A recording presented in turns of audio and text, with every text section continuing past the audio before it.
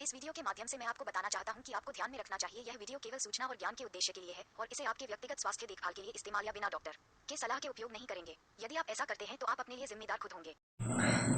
तो जैसा कि हमने पहले टाइप्स ऑफ फीवर देखा था पिछले वीडियो में, पहला टाइफाइड, दूसरा रिकेटेशियल, तीसरा डेंगू, चौथा मलेरिया, पांचवा पीकेडीएल एंड छठा फीवर अंडर एवोल्यूशन जिसमें यूटीआई और आरटीआई के इन्फेक्शन के कारण होती है। तो हम लोग आज सबसे पहले मलेरिया के बारे में जानेंगे। मलेरिया मैंने फर्स्ट में इसलिए रखा हूँ क्योंकि रांची के एरिया में आजकल डेंगू और मलेरिया सबसे ज़्यादा ट्रेंडिंग में चल रही हैं। सबसे ज़्यादा तो डेंगू है।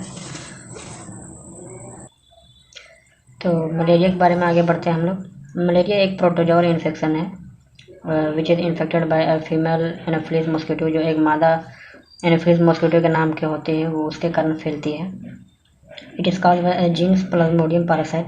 प्रोटोजोअल इन्फेक्शन में बहुत से सारे जीन्स पाए जाते हैं, उसमें से जीन्स प्लाज्मोडियम पैरासाइट के कारण ही होती है। हम लोग टाइप्स ऑफ मलेरिया देखते हैं। टाइप्स ऑफ मलेरिया में 4 टाइप्स के होते हैं। पहला में प्लाज्मोडियम विवेक्स, दूसरे में प्लाज्मोडियम ओवलाई, तीसरा में प्लाज्मोडियम मलेरियाई एंड चौथा में है प्लाज्मोडियम फाल्सिफेरम।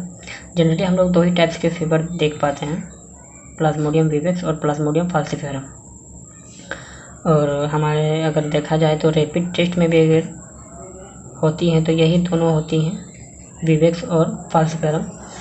फाल्सिफेरम जिसमें हम लोग आम तौर पर कहते हैं कि जिसका फीवर माथा पे चढ़ गया है, तो फाल्सिफेरम के अंदर ही वो आती है।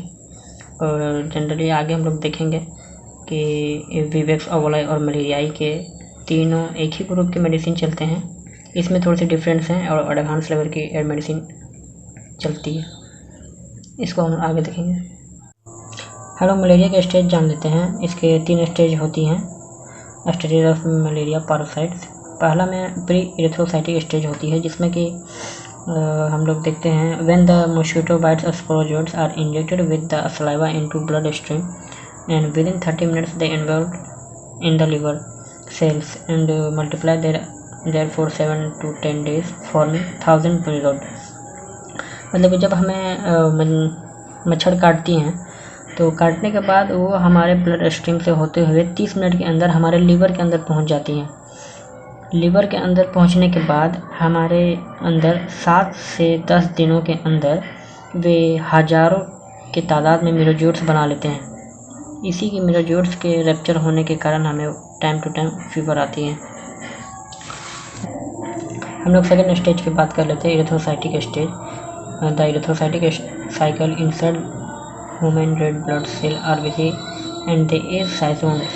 In this stage cystones are not reached into the blood। मतलब कि इरिथ्रोसाइटिक स्टेज में हमारे जो साइजोन्ट होते हैं, जो मच्छर के द्वारा इंजेक्ट किया जाता है, वह हमारे ब्लड के अंदर नहीं आया हुआ होता है। हम लोग तीसरा स्टेज देखते हैं, exoerythrocytic stage. When schizont as it's break then fever कर। जब साइजोन्ट रप्चर होते हैं या टूटते हैं तब हमें फीवर आती है।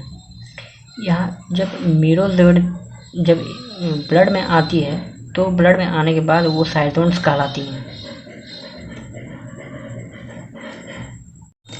हम लोग कुछ सिम्टम्स हैं, उन सिम्टम्स को जान लेते हैं मलेरिया के बारे में। Pain whole body and also abdomen and muscle also. हमारे पूरा बॉडी को दर्द हो सकती है और पेट के अंदर भी दर्द हो सकती है और मसल्स में भी। ठंड देकर फीवर आएंगी और पसीना भी बहुत ज़्यादा आएगा और हो सकता है कि आपको दस्त लग जाए, डेरिया, वोमिटिंग भी हो सकती है और हार्ट रेट की गति भी बढ़ सकती है और माथा दर्द भी हो सकता है और मेंटल कंफ्यूजन और पैलर भी हो सकती है। इसमें अक्सर प्लाज्मोडियम फाल्सिफेरम में ही देखे जाते हैं अक्सर। तो हम लोग ट्रीटमेंट की ओर आगे बढ़ते हैं। ट्रीटमेंट ऑफ मलेरिया हम लोग प्लाज्मोडियम विवेक्स, प्लाज्मोडियम ओवलाई, प्लाज्मोडियम मलेरियाई, ये तीनों में लगभग सेम ही एक ही टाइप्स के मेडिसिन चलते हैं। जिसमें पहला मेडिसिन है टैबलेट लाइगो DS के नाम पे आता है, ये ब्रांड नेम है और इसका कंपोजिशन होता है क्लोरोक्विन फॉस्फेट, जो कि 500 mg का 250 mg का दिया आता है। डॉक्टर तो वेट के हिसाब से देते हैं। और दूसरा जो टैबलेट है मलेरिक DS, जिसका कंपोजिशन है प्रीमाक्विन 15 mg। बाकी जैसा सिम्टोमेटिक होता है उस हिसाब से डॉक्टर दवा चलाते हैं, जैसे कि अगर पेन किलर चलाना हुआ तो डोलो हो गया, आइबुप्रोफेन हो गया। इसका कंपोजिशन पारासिटामॉल होता है, ये तो आम आदमी भी जानता है इसको। रेंटेक हो गया, गैस के लिए, उल्टी के लिए ओंडम हो गया। और लारियागो डीएस एक किट भी आता है इसका, जिसमें से हम लोग दूध के साथ लिया जाता है, दूध के साथ, जिसमें एक इनिशियली 600 mg का किट आता है, जिसमें से 6 टैबलेट होती हैं, 5 टैबलेट्स होती हैं, सॉरी। उसको 2 एक एट ए टाइम लेना पड़ता है दूध के साथ, और बाकी जो 3 टैबलेट्स होती हैं हर 6 घंटा में, 6 घंटा में लेना पड़ता है। बाकी मलेरिया डीएस वो चलता रहता है, वो डॉक्टर अपने हिसाब से डोज चलाते हैं, कितना दिन तक चलना होता है। हम लोग प्लाज्मोडियम फाल्सिफेरम की बात कर लेते हैं। उसमें टैबलेट चलती है, टैबलेट ल्यूमरिक्स, जिसका कंपोजिशन होता है अर्थिमिथर। ये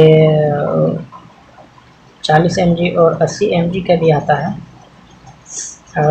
और एक चलती है इसमें टैबलेट फैल्सिकिट, जिसमें आर्टिसोनेट इसका कंपोजिशन होता है, और इसका अधिकतर डॉक्टर लोग इंजेक्शन ही चलाते हैं आर्टिसोनेट का। और आर्टिसोनेट डेंगू फीवर में भी बहुत चलती है। हम लोग स्टैंडर्ड अगर दवा की बात करें तो मलेरिया में एक स्टैंडर्ड दवा क्विनिन प्लस टेट्रासाइक्लिन और टेट्रासाइक्लिन की जगह डॉक्सीसाइक्लिन भी आता है, वो ज़्यादा डॉक्टर लोग प्रेफर्स करते हैं। ये और ये दोनों के कंपोजिशन को जो मिलावट मिल के बनी जाती है वो आती हैं। इन दोनों के कुछ बहुत सारे साइड इफ़ेक्ट भी होते हैं, जैसे कि हाइपोग्लाइसीमिया भी होती है इनके साइड इफ़ेक्ट में, और जैसे रिंगिंग इन ईयर में, कान में जैसे सनसनाहट बजने जैसी आवाज़ आती है। और हम लोग लेडी प्रेगनेंसी इन लेडी में ड्रग ऑफ चॉइस उसमें जो चलती है वो टैबलेट क्लोरोक्विन नाम की आती है, जो कि 500 mg और 250 mg की आती है। और ये हमारा मलेरिया का एंड होता है।